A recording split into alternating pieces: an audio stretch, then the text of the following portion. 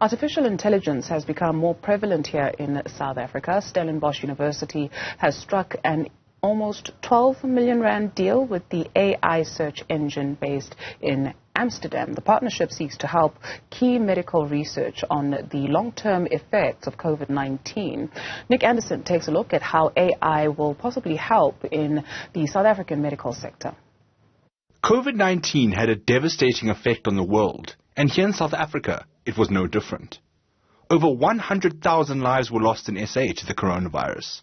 Shutdowns crippled the economy, and now more people are increasingly struggling with long-term side effects from the virus.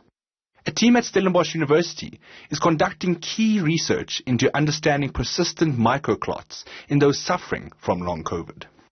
The team's efforts have now been boosted by receiving assistance from artificial intelligence service, the Erasmus.ai search engine, to help pick up on items that would be near impossible for humans to find.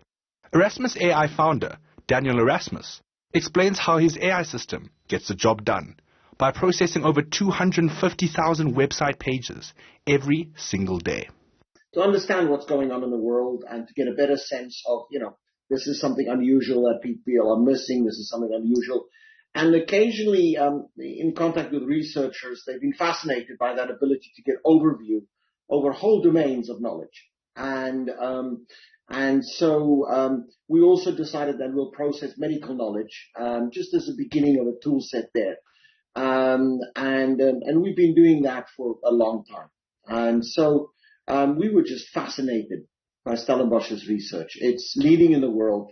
Long COVID is an incredibly serious problem. My personal view is that long COVID might dwarf the pandemic itself. With around 1 in 5 people who had COVID-19 believed to be suffering with long COVID symptoms, there is tons of data for researchers to comb through and join the dots.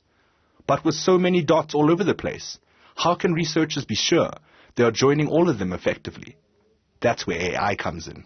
When you type something in Google, you get 10 blue links. It's really 10 blue links. 99.9999% of the people stay on page 1, and Google does a really good job of being on the top of these 10 blue links. But what's on page 19? What's on page 22? What's on page 23? Now, nobody's ever really going to go down there because this requires time that people don't budget.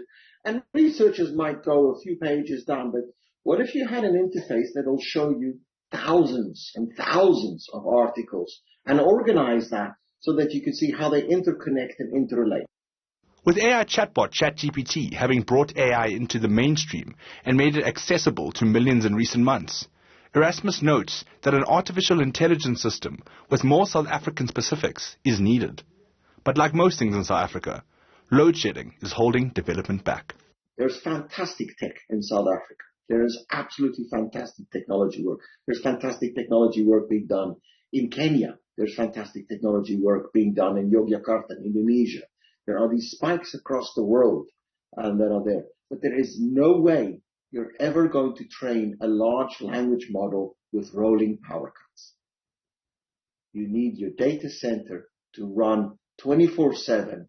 Despite the challenges for tech growth posed by a crippled energy grid, the 11 million rand AI partnership between medical researchers at Stellenbosch and Erasmus's team is still a clear sign of the benefits and potential that artificial intelligence has to offer South Africa.